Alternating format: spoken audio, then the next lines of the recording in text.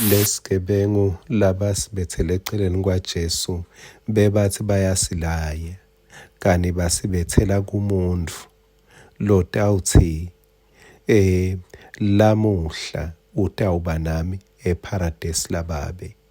Bekwende njani? Lo muntu bekade icelele wathi ngicela ungikhumbule mawufika embusweni wakho.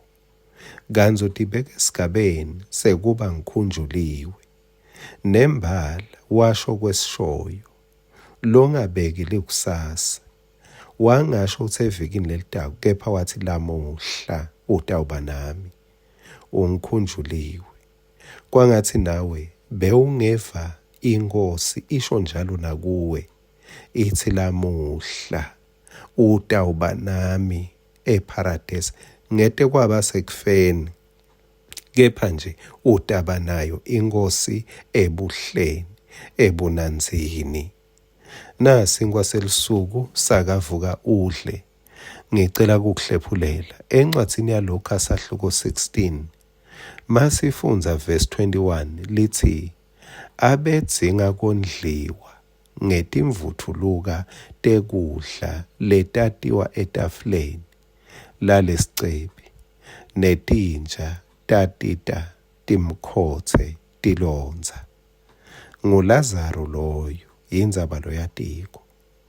Nangi lo mntu wekunene Nkosi yami.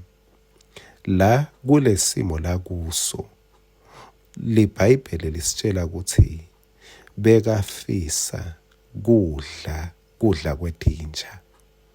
Bekafisa kufane kuwe imvuthuluka atokhona kunenganenga ngemvuthuluka lewa etafuleni.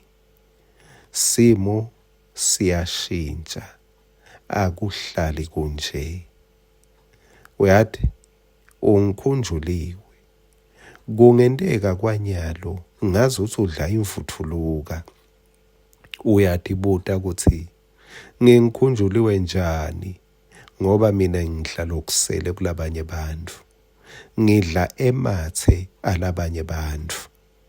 Ngikhunjuliwe kuphi mangabe ngembatha timpahla lesetadzinwa, lesetawashwa kanenganengi, sedala sebese mine esikhundleni sekuthi ngithole lokusha, ngithole naku lesekwawasha kwanengi. Ngikhunjuliwe njani?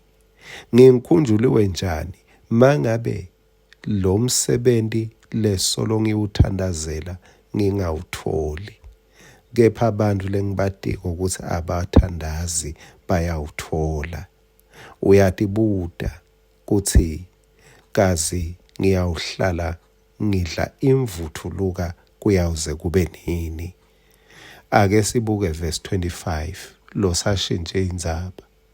Kodwa Abraham wathi, khumbula ndodzana yami, kuthi usaphila emhlabeni wanikwa konke lokuhle, kepha Lazaro abenikwe lokubi kodwa.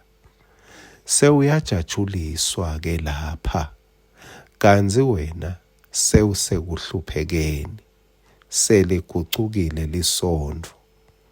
La ngenhla lesicebi sesicela imvuthuluka naso, kepha imvuthuluka yemanti ucela nje lithonsi.